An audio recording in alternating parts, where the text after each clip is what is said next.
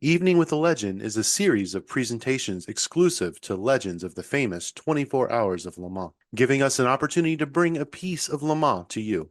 By sharing stories and highlights of the big event, you get a chance to become part of the legend of Le Mans with guests from different eras of over 100 years of racing.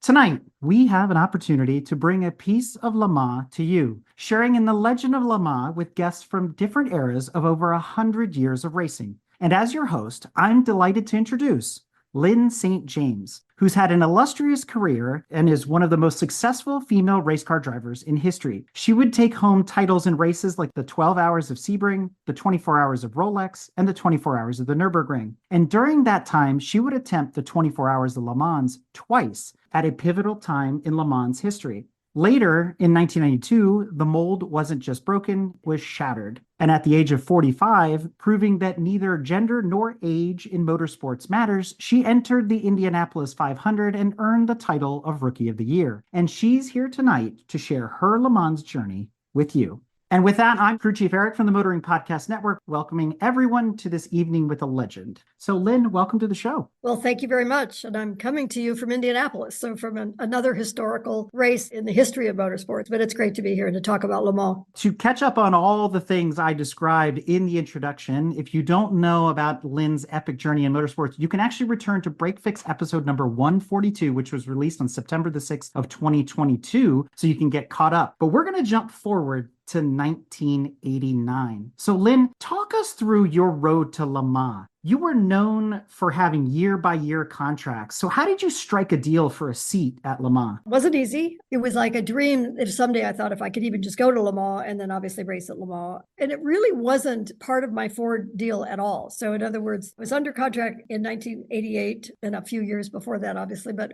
in 1988, I was under contract as a racer for Ford Motor Company. Ford wasn't doing any primary sponsorships or funding or anything at Le Mans at that time. They really had no interest in even having the conversation. I was going to have to go outside of that and do this independently. And even though I was under contract to race for them. So a friend of mine who has been very, very instrumental actually and helpful in my career and also many other drivers' careers is John Gorsline from the Gorsline Company. He handles a lot of insurance issues for race car drivers and professional athletes and high wealth individuals. He'd heard me going on and on and on about, I got to go to Le Mans. I want to go to Le Mans. From what I know, he reached out to Gordon Spice. Gordon Spice obviously is legendary at Le Mans, legendary with the Spice chassis that he has been building and competing. And so I guess he was receptive, but then the dialogue was, okay, well, where are we going to find the funding? Well, in 1988, I actually had sponsorship from a company called DeRault, which on my Trans Am cars and on my IMSA GT cars. Interestingly enough, they were interested in not just international exposure, but international distribution. They had a fuel additive that was very unique at the time, and they wanted to have international distribution. And so they became very interested in wanting to sponsor and put together a package to race at Le Mans. Really, I mean, it was timing. It was having somebody help me to be able to reach out to the right people. And actually, we put together not only the funding to race over there, but also put together a whole activation reception and all kinds of things for DeRault for their fuels, and so that they could meet the right people and all of that. It was a matter of months and months of conversations and figuring it out. And finally, word was yes, and we had a deal, and we got busy preparing all of the details that had to be worked out. On our previous get-together, if you jump back into that other episode, you mentioned two previous Evening with a Legend guests, Jim Busby and Doc Bundy. You talked about walking down the paddock together at Pocono and discussing the cars and learning from Jim and working with Doc over time. So with their experience at Le Mans, did that help draw you in? Did they help influence your journey? Did they give you any tips? No.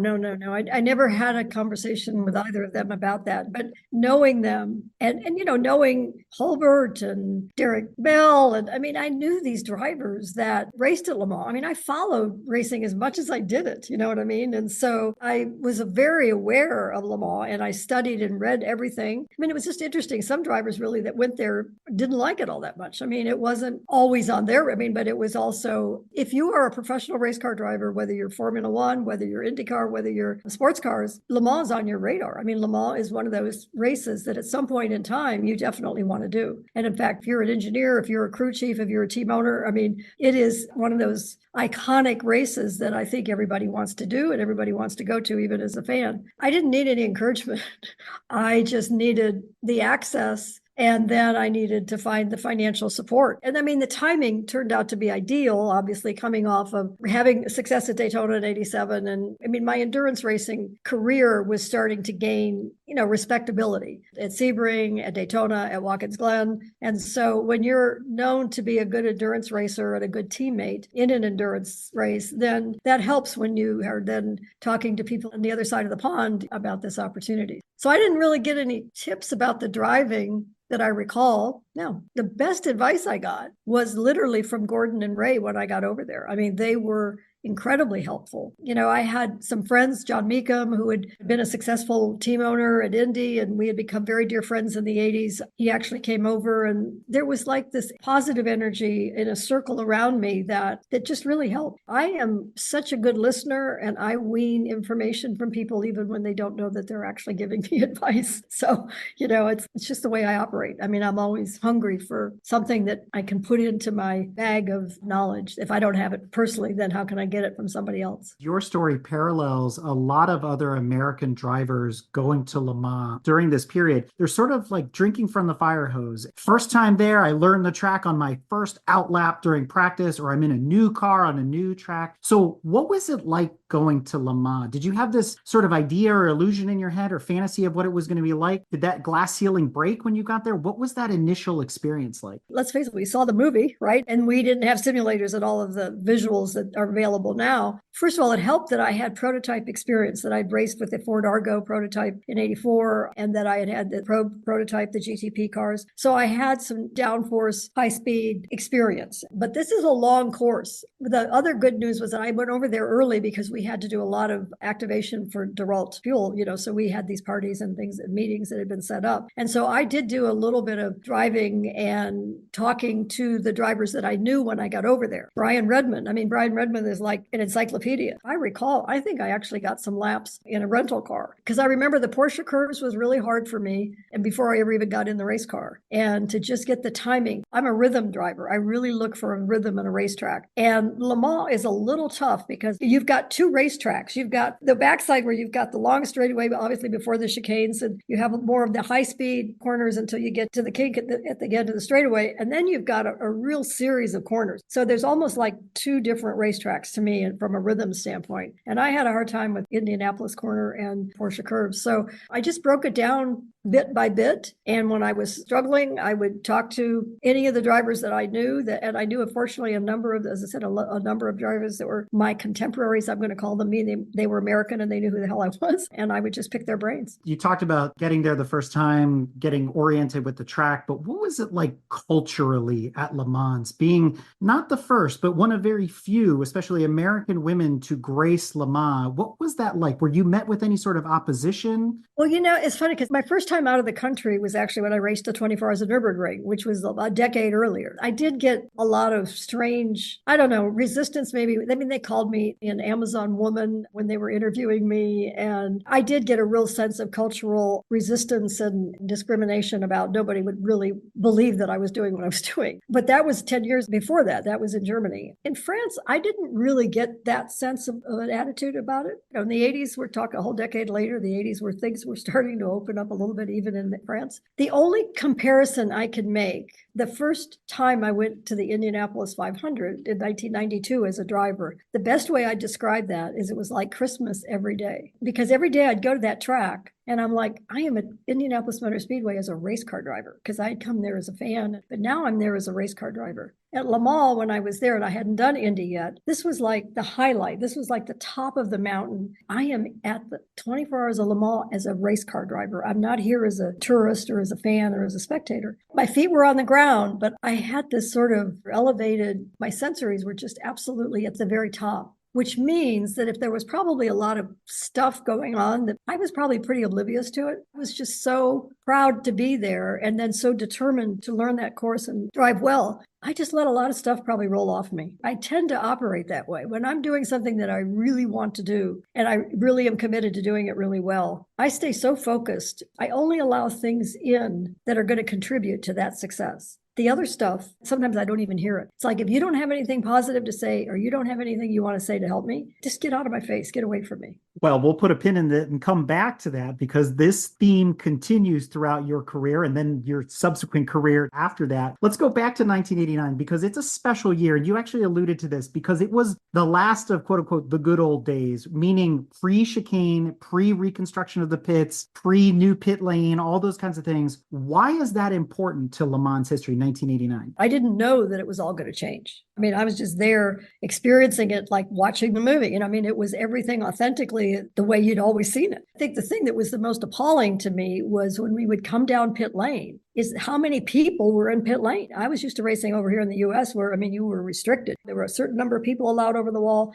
And only if you were getting ready for your car to come in the pits, that was it. I mean, the rest of the time the pits are clear. And there, it just seemed like I kept seeing from kneecaps down, because, from the prototype, it was like, I just kept seeing all these legs, and these people. And I'm like, what are these people doing in the pits? And of course, the pits were narrow. And, as you come out onto the track, it was pretty cowboyish, pretty old school, but it's like, okay, this is what it is, kiddo. So figure it out and make it work. It wasn't until, I left. I mean, it wasn't until after the race and I come back to the United States and then I read about all the changes that were made. And then, of course, when I went back in 91, I didn't even feel like I was at the same place. Huge building. I don't even know what to call it. The structure where the pits are underneath, with all of the hospitality, I guess, and meetings. I mean, it became a very stoic, harsh, cold, beautiful building. And then, of course, very professional with the pit lane. And then the way the victory stand comes out over the track. I mean, the whole thing was extraordinary. The old way in 89, I mean, behind the pits where everybody walks to get to the other pits or to have to go through to get out, it was so narrow. And I mean, it was kind of damp and kind of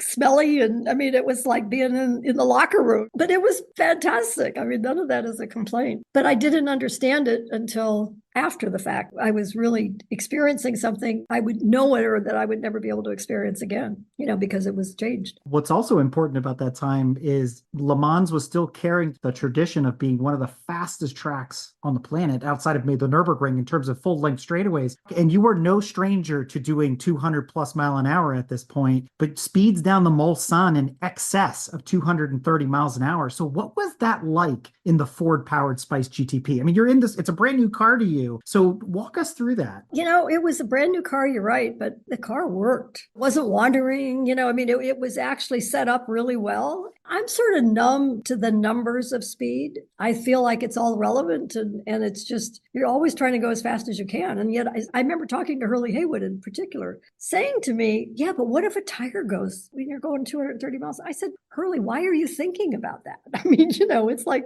don't think about that. Speed is a number and it is a desire to go as fast as the car is going to go. And what's beautiful about Le Mans, first of all, that Mulsanne straight's not really straight. You've still got some movement there. And then Crown of the Road is really weird. It's like when I ran at Talladega, which was really just before that I remember asking Bill Elliott, like, hey, could you show me the line? And he goes, I'm going to show you where not to go. And so I kind of felt that way at Le Mans, particularly on the Mulsanne straight, because you could get caught into thinking it's just, let's go down the middle of the road. And so you really have to pay attention and again, weed information from Ray Bellum and Wayne Taylor and my co-drivers and my teammates and really look at where not to be on the racetrack so that you're not darting around, because then you've also got traffic, but where you do not want to place your car. And of course, having downforce, I had a responsive car. I wasn't like floating and trying to figure out how to manage it. My recollection, it was a good ride. And this was during the ground effects era too. Was this your first ground effects car? No, the GTP car that I'd had, the Ford Mustang Pro, it had some ground effects and not as much, but so did the Argo that I had. So I'd had some experience with that. So you mentioned your teammates, Gordon Spice, Ray Bellum, and Wayne Taylor, who's still involved in endurance racing today. What were they like to work with and drive with back in 1989? Everyone's got their own personality, a lot of different characters hanging out together. Ray and Gordon were so laid back because they'd done Le Mans so many times. I mean, and so to them, this was just another year of doing Le Mans. I mean, I was like so hungry to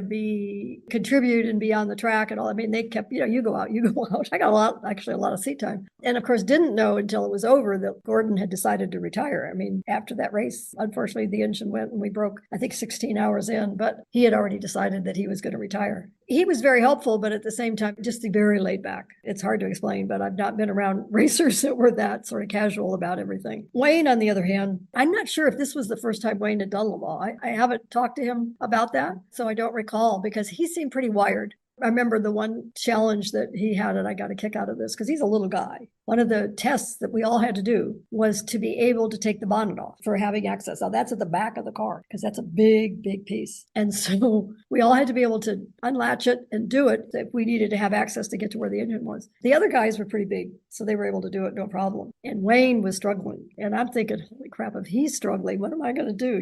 He just about got it and got it okay. I was last. I was so lucky because I just had a little puff of wind at the end that just caught it and helped me, I was a nervous wreck about that. And so was Wayne. That was one of those that it was kind of nice to see somebody else struggling about something that I was having a hard time with. And the other two guys, they were from other countries, European from other countries. And, they were kind of typically nice but arrogant. Yeah, not positive or negative. Well, the reason I bring up your teammates is because one of the themes that comes up with every guest, and this is true of endurance racing in general, is the concept of mechanical sympathy. And with different drivers behind the wheel of the car for different lengths of stints and things like that, not all of you drive the same, although you try to practice and get a rhythm down and try to get lap times down. So did mechanical sympathy maybe play into the demise of the Spice car? I don't think so, because I'm not aware if it was, because those are conversations that when one driver's driving, the other two drivers who aren't driving can have that conversation as they follow somebody. They've noticed that,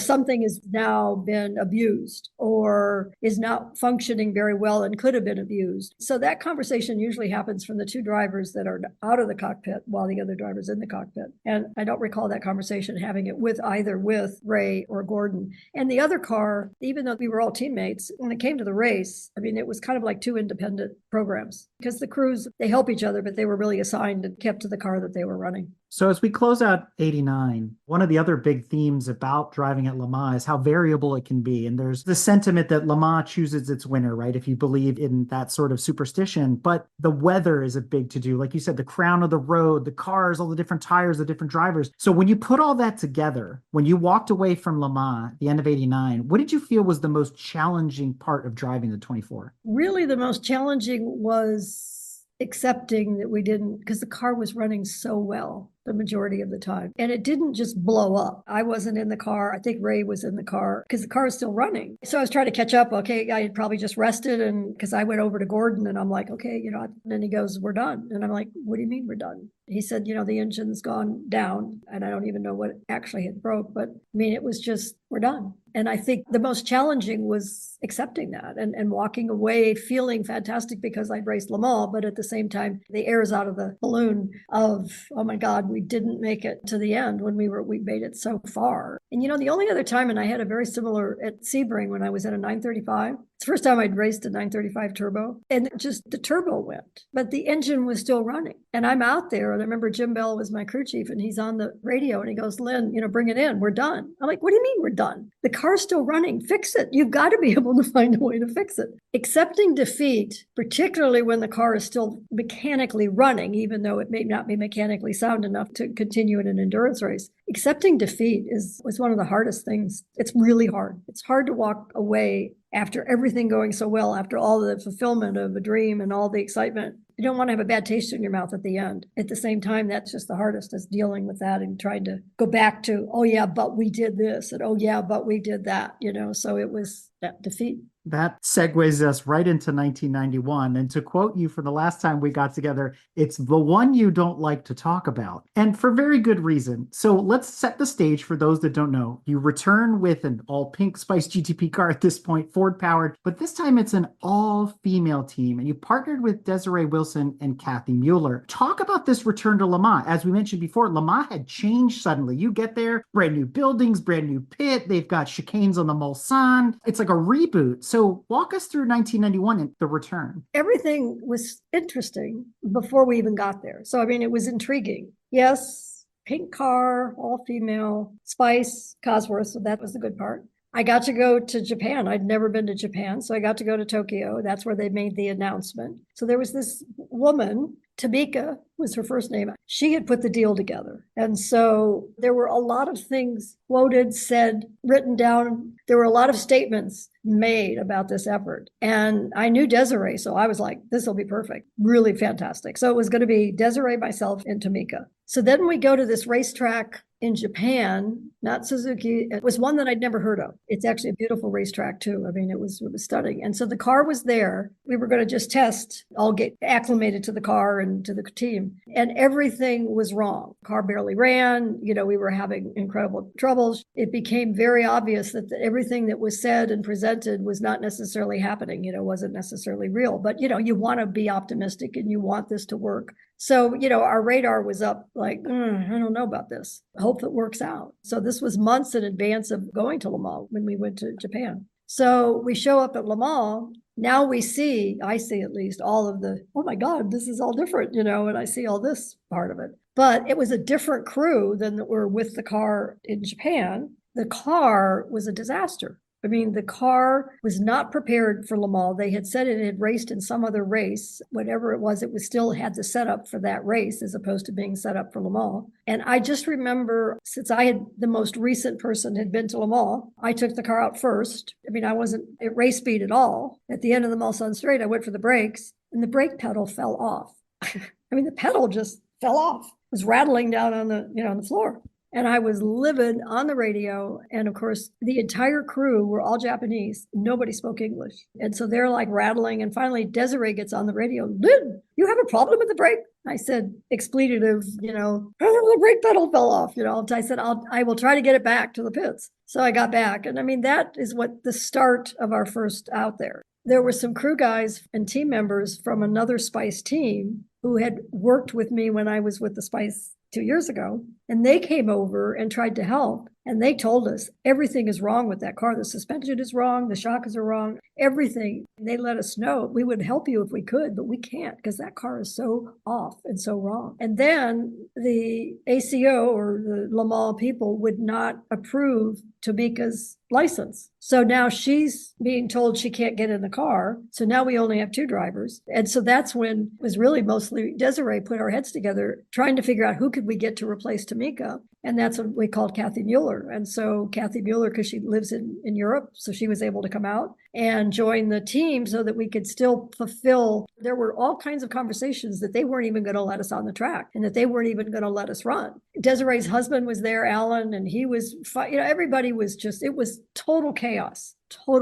And Desiree, God bless her, would not give up. I mean, she was constant. At one point, I saw her literally with her hand with this little Japanese guy, and she had him off the ground, and his feet were going like this because she was so mad. She was like, trying to get him to do whatever it was that needed on the car. So, I mean, Desiree just really, to me, was very, very committed to trying to figure out how to make the car run. And they did let us start at the back. Neil says, in 91, Desiree crashed the race car in practice, which forced the team to switch to a spare car, but then she crashed in the race and caused the retirement. How were things between the two of you knowing all this went down? Desiree is one of the most talented race car drivers that I know. I've known her a long time, raced against her, raced with her. My criticism of her is that she doesn't understand the limits of the car.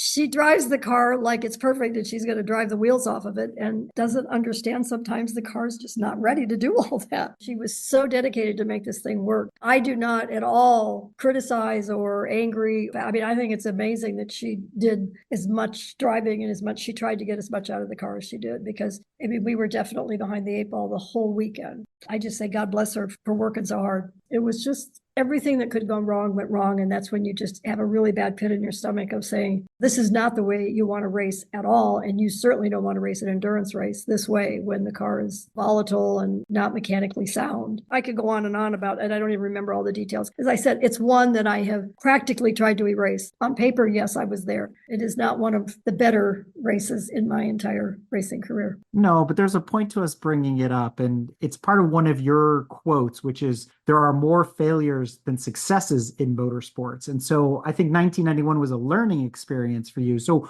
what did you walk away from in 91? What did you take away from that, despite all the tragedy and the chaos and the calamity of this car? Thank you for reminding me of my quotes, because it is failures. We're going to have a lot of failures. You learn more from failures, but it's what you do next. It's what you learn, but it's also what you do next. For me, I was at the same time working on my Indy program, but I think it was not being so vulnerable. I mean, what I learned was, no matter how much you want to do something, how badly you want to do something, is that you just use your brain. And literally, after Japan, I should have bowed out. I just should have said, I'm sorry, this is not right. So I'm not going to do it. Racers are the most optimistic people in the entire world. And many times your optimism will overcome bad stuff. But I think it was more of a, Lynn, when you really know and see something, then use your brain and use your instincts and don't be that vulnerable. Don't allow yourself to be that vulnerable, because once we got there, other than the experience of seeing Le Mans in its current revised, upgraded state, there was nothing else good that came out of it. There was no at least we accomplished this, or at least we accomplished that. No,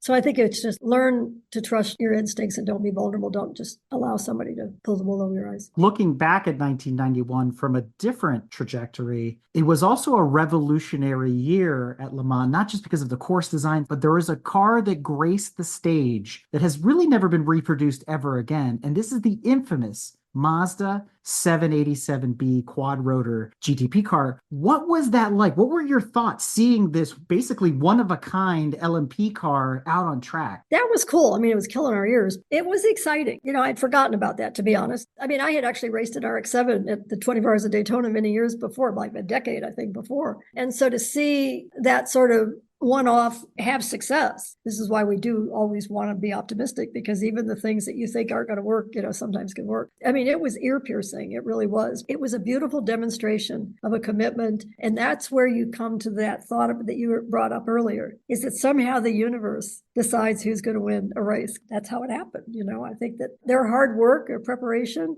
they earned that, but I think there was a little bit of the universe interception saying, yeah. And it was definitely a pivotal moment for Mazda and put Mazda Motorsports on the map. And some mutual friends of ours have often expressed that is the turning point, and it starts there at Le Mans. Obviously that car ran prior to that, but that 787B, that has translated into a legacy for Mazda that is absolutely incredible. It is great to watch, what Mazda's done. And obviously a dear friend of mine is John Doonan, and he really was in charge of a lot of that after that. I don't think he was involved on that project. I don't know. But I've never talked to John about that. I should. It was definitely a tipping point for them to really embrace that Mazda could go racing and sell more cars and sell more products and make a statement and be successful in motorsports. Well, as we transition into our last segment here, I was holding off on an audience question on purpose because it leads us into a deeper conversation about what you're doing today. May posed the question that reads, what were the advantages and or disadvantages of being a female racer amongst a majority of male colleagues? 99.9% of it is really no advantage. The only advantage, if you want to call it an advantage, is you do get more eyeballs. You do get more people paying attention to you, observing you. But I don't know if I'd call that even an advantage unless you can use it to your advantage. If you can use that to your advantage in a positive way, meaning help a sponsor get more exposure or actually encourage others to show that somebody other than a male can do this, you can justify some positivity out of that. I can't see where I can say I've experienced an advantage. I can't. And maybe I'm missing something that I would if but I can't. I just can't say, oh yeah, there's this disadvantage, there's this advantage. But you have to look for how to make it work. And how to make it work for everybody, not just for you. When you are the minority or the odd one out, whatever you want to call it, first of all, get used to it. If it makes you uncomfortable, then, you better figure that out. Who wants to spend a lot of time being uncomfortable if you're really pursuing your passion? Become comfortable with it. Get over it. If it does bug you somehow, just figure out how to manage it and get over it. But then look for the positivity that you can make with it. And the reason I chose this as our transition point is because thinking about 1991, despite everything we've already highlighted and revolutionary things that were going on in motorsport because of Mazda, there's a younger generation of petrol heads, of enthusiasts, and of upcoming racers racers looking at what you're doing at Le Mans, despite success or failure, and going, there's a team of all female drivers at Le Mans. So it wasn't an all female team. We're not talking about, the Beth Peretta Indy team and things like that. This was on a smaller scale. And you guys were struggling and trying to make the car work. Again, there's this audience watching from different angles, taking everything, and like you said, learning without really trying to learn. So I'm wondering, did 91 sort of open the door for what didn't really happen again for 30 years, where teams like the Iron Dames stepped into the paddock and now you have all female teams running at Le Mans? So do you feel like inadvertently you created this paradigm where people went, I can see myself there because I see Lynn there? If we had been successful, yeah. But fortunately, Desiree was already a respected race car driver,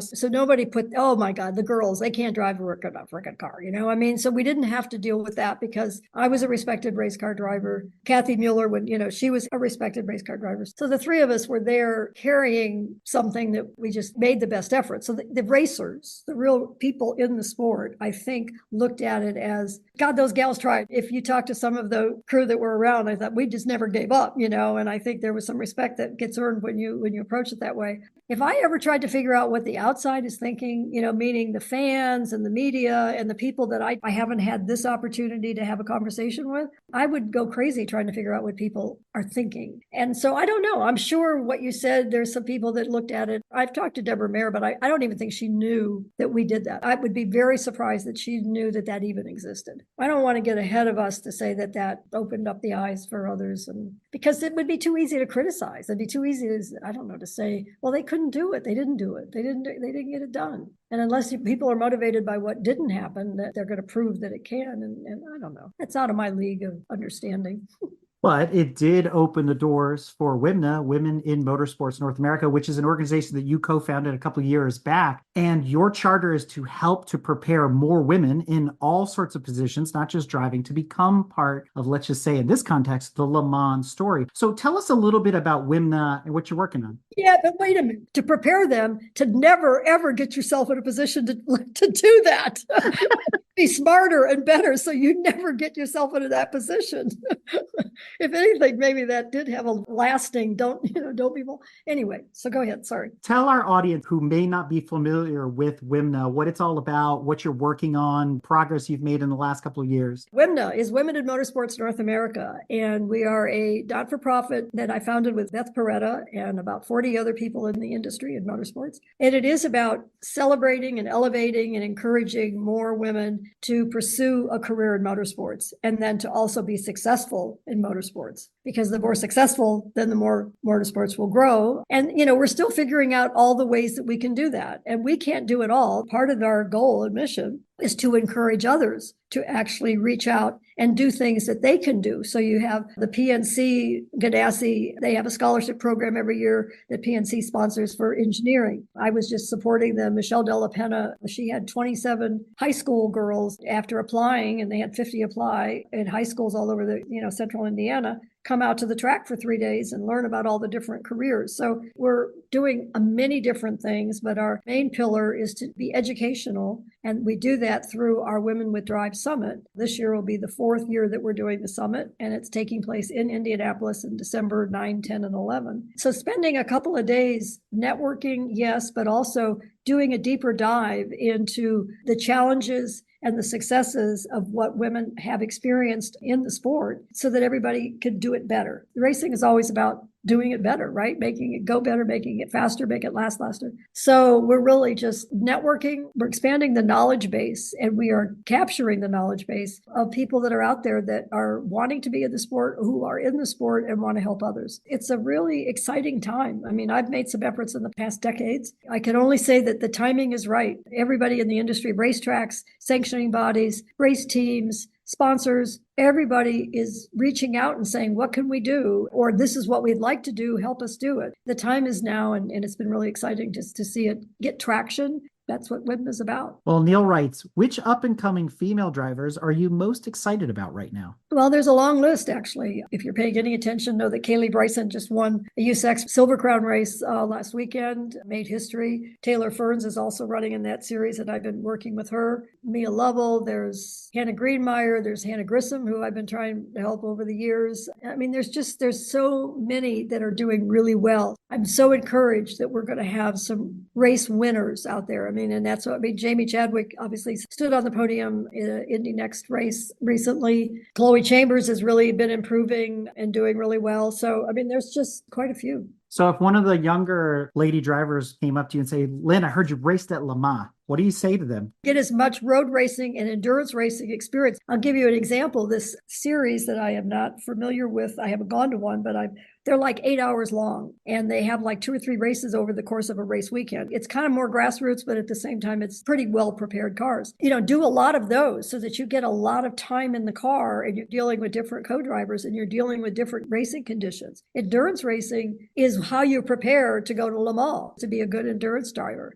Start networking and read a lot. I mean, I used to read a lot of publications and, try to stay current about what's happening over there, because it changes a lot. The politics change, the race teams that are changing. Then the other I would say is to try to align as early as you can in your career with an OEM, because the OEMs are now really demonstrating and testing their products in endurance racing. So whether they are racing here in the US or whether they're racing with the World Endurance Championship or at Le Mans, pay attention to what teams are there, what OEMs are there, and start letting them know you exist. The awareness that you need to have and the knowledge you need to have, and then the awareness that they need to have that you exist and this is your desire. It may take 2 or 3 or 4 years, but you got to start somewhere. So start now. It's no secret you've had a long-standing relationship with Ford Motorsports. As we wrap up, I want to get your thoughts on the last time Ford won at Le Mans, which was in 2016 with the Ford GT, and now they've just introduced the GT3 Mustang. So where do you think the future of Ford is at Le Mans? Do you think there's a win in the future? Do you have hopes for Ford? Absolutely. I mean, I think they did finally go back and win on that anniversary year, and that was important. The OEs, all of them, and Ford for sure, they want to sell product and they want to demonstrate their product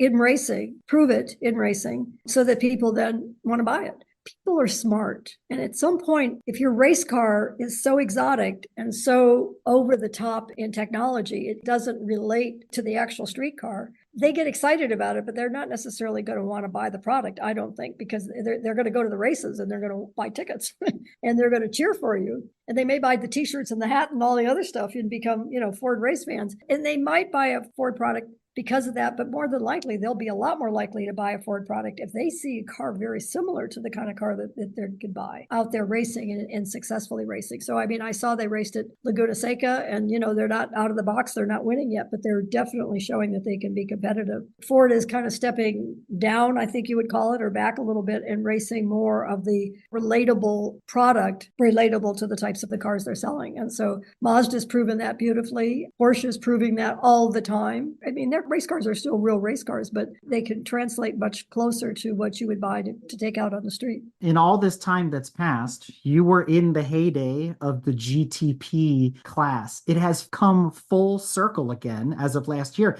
Is that exciting? Oh, yeah. Oh, yeah. The ultimate race cars, you could say, would be Formula One and IndyCar, because, you're talking about, but that's open wheel. And so to be able to see prototypes with the OEMs involved, most of them, it's the engine that are powering it, but it's also all of the engineering and technology that's being developed of it. And let's face it, those cars are fast. Those cars are like magic. And I mean, now to me, they're very complicated with the hybrid. And I mean, I remember when we were testing turbos back in the 80s, the turbochargers that we were running in the Fords at that time, they were testing it to put those in the street cars. Because I remember when they didn't work, I'm like, so what's wrong? And they're like, well, we don't know yet. I'm like, you better figure it out because you're going to fix it for your street cars. So they're kind of testing a lot of that hybrid technology, and under heat, under vibration, all of the stresses that you put on a race car are much greater than you're going to put on a production car. And they're sexy. I mean, they're exciting. And, I think the 80s of the prototypes was one of the highlights of motorsports, and particularly in sports car racing. And we're having another era of that now. Well, one other thing before we close this up, we have a special message from one of our ACO ambassadors, Margie Smith-Hask. I saw Margie up there. Hi, Lynn. I am so glad I get the opportunity to do this. I am so proud of you. I want you to know that I watched the video that Eric is talking about. I thought, well, I'll watch for maybe 5 minutes and I got to go to bed. I couldn't stop until it was done. I'm so pleased at what you've accomplished through your career and what you're doing for other women in racing. It's just mesmerizing. I'd really, really like to encourage everyone to listen to your story. And I know you've got much more to go. And I just want you to know, I'm so proud of you. Well, thank you. Thank you. I mean, you were part of that whole process, girl, with what you did too. Thank you. We were comrades. Yes. And I remember whenever you wrote that first book and so forth, it was just to see where you've come and how you fought to get where you are, but you deserved everything that you got. I know that you'll be doing even more. And congratulations on WIMNA, what you're doing for the women. And you're just a legend, ma'am. Thank you. We got a whole crew doing the WIMNA thing now, which I love. And, I don't feel the weight on my shoulders. It's like, great. Now we're out. We've got ambassadors and we've got just talent coming out everywhere, volunteers, and just some wonderful things going on. So that's all. That's a great, and which you're helping too. So that's great. Thank you. And best of luck in everything you do in your future. Thank you, darling. You too. With 31 speed records earned over a 20-year span and many wins and titles in her logbook, Lynn St. James reset more than just metrics in a record book. She rebooted the way we look at and think about motorsports. And because of her perseverance and accomplishments, she has inspired generations of talented women to also get behind the wheel of a race car. And her continued efforts to expand and equalize motorsports are far from over. And we can't thank her enough for all she's done and continues to do for the racing world at large. To learn more about Lynn, you can visit her website, www.lynnstjames.com, as well as WIMNA's website, www.womeninmotorsportsna.com. And on behalf of everyone here and those listening at home, thank you for sharing your story with us. We hope you enjoyed this presentation and look forward to even more Evening with the Legends throughout the season. So with that, Lynn, I can't thank you enough for coming on Evening with the Legend, sitting down with me, and I look forward to seeing you very soon this season. Oh, thank you. Thanks so much, Eric, for bringing me back and letting me talk about Le Mans. It was special. So thank you. Thank you.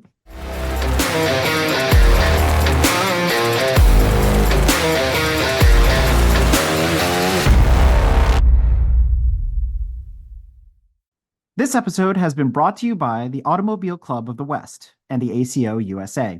From the awe-inspiring speed demons that have graced the track to the courageous drivers who have pushed the limits of endurance, the 24 Hours of Le Mans is an automotive spectacle like no other. For over a century, the 24 Hours of Le Mans has urged manufacturers to innovate for the benefit of future motorists, and it's a celebration of the relentless pursuit of speed and excellence in the world of motorsports. To learn more about or to become a member of the ACO USA, look no further than www.lemans.org. Click on English in the upper right corner, and then click on the ACO Members tab for club offers. Once you've become a member, you can follow all the action on the Facebook group ACO USA Members Club and become part of the legend with future Evening with the Legend meetups.